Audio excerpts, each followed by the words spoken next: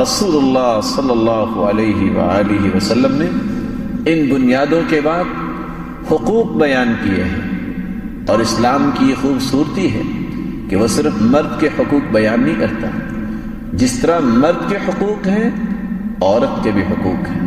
اسلام ہر پہلو میں مساوات کا جو کہ درس دیتا ہے، اس لیے کسی کے حق کو غصب کرنے کا حکم نہیں دیتا۔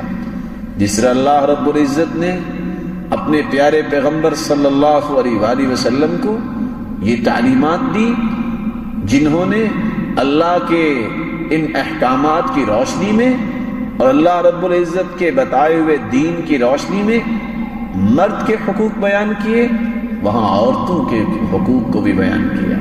تو ہم بھی ترتیب پہلے مرد کے حقوق کو بیان کریں گے، اس کے بعد عورتوں کے حقوق کو بیان کریں گے۔ سب سے پہلا حق، عورت کی ذمہ داری ہے، عورت اور مرد کا حق ہے کہ وہ جائز کاموں میں مرد کی اطاعت کرے، خامد کی اطاعت کرے۔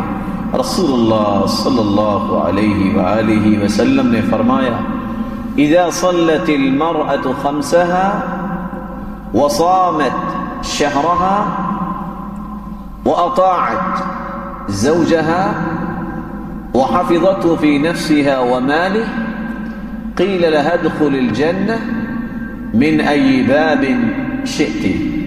جو عورت 5 نمازوں کی پابند ہو جائے، رمضان کے روزے رکھنے والی ہو اور خامد کی اطاعت کرنے والی ہو، اور خامد کے مال اور اس کے گھر کی، بچوں کی اور اپنی عزت اور عصمت کی حفاظت کرنے والی ہو، ایسی عورت کو اللہ رب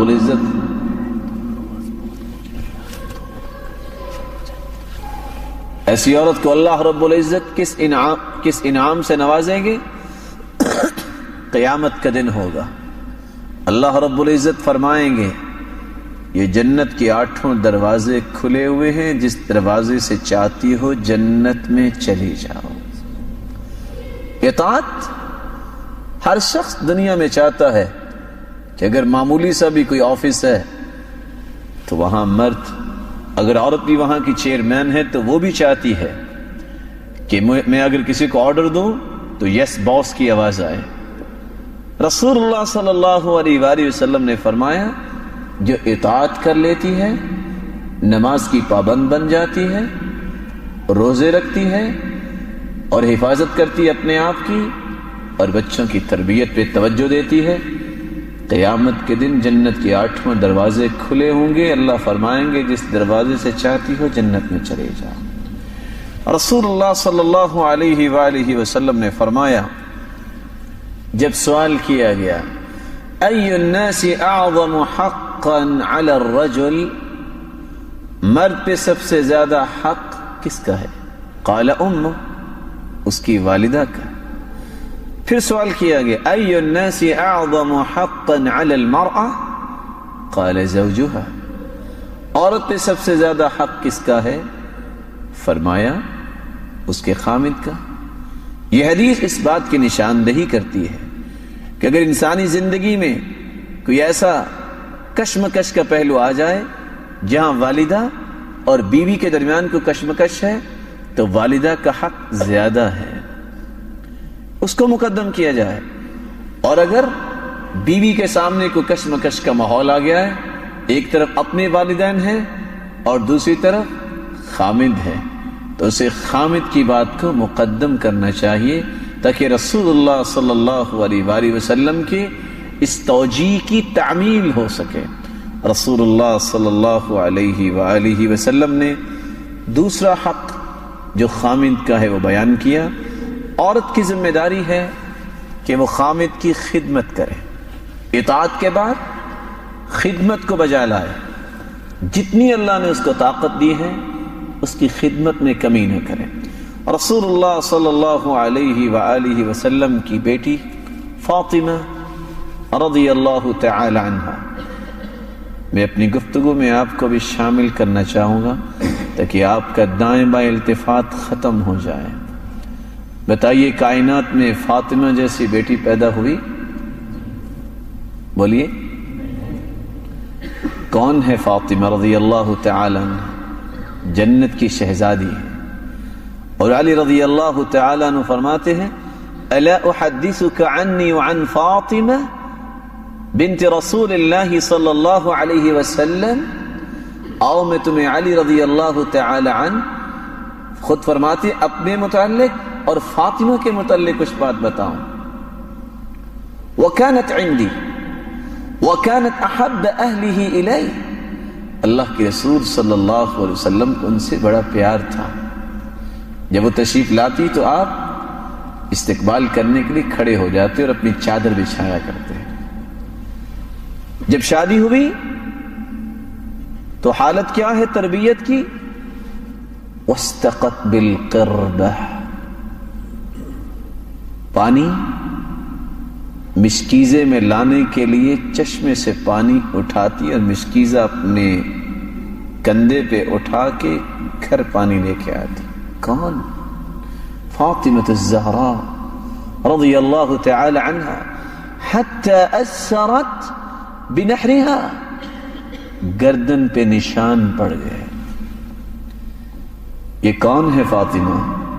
جس جیسی بیٹی دنیا میں ہے ہی کوئی نہیں. آج گھر کیوں اجڑتے ہیں؟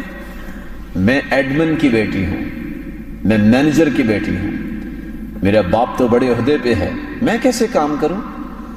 اور حالت یہ ہے کہ جس کمرے میں بھی جائے دو سسٹم ہے، ہاٹ اینڈ کولڈ.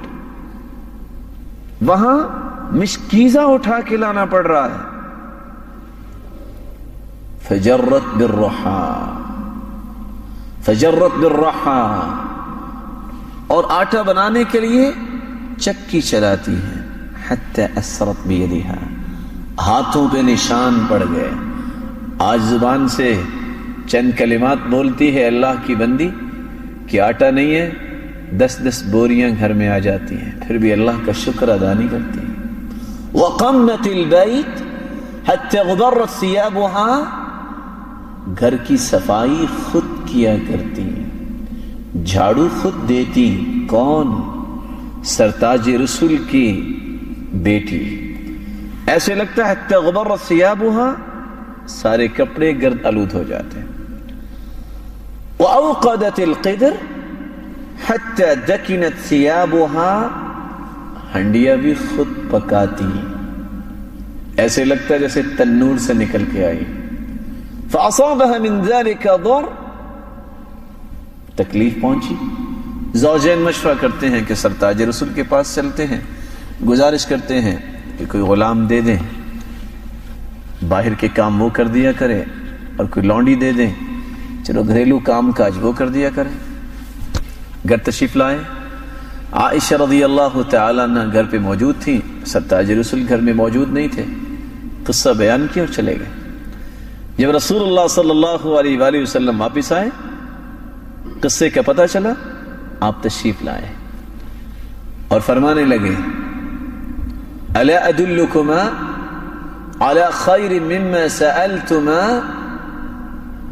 مجھے پتہ چلا کہ آپ کچھ گزارش کرنے آئے، میں تمہیں غلام اور لونڈی سے بہتر علاج نہ بتا دوں؟ فرمایا کیوں نہیں؟ فرمایا اذا اخذتما مضاجعكما فسبحا 33 واحمدا 33 وكبرا 34 فذلكما خير لكما من خادم. سارا دن کام کر کے تھکاوٹ تو ہوگی، جب رات کو چارپائی کی طرف سونے کے لیے جاؤ تو 33 مرتبہ سبحان اللہ پڑھ لینا، 33 مرتبہ الحمدللہ پڑھ لینا، 34 مرتبہ اللہ اکبر پڑھ لینا. غلام اور لونڈی آئے گی، کام تو کرے گی، لیکن جسم میں تازگی تو نہیں آئے گی. اس کے کرنے سے تھکاوٹ بھی جاتی رہے گی اور اللہ رب العزت جسم میں تر و تازگی بھی پیدا فرما دے گی.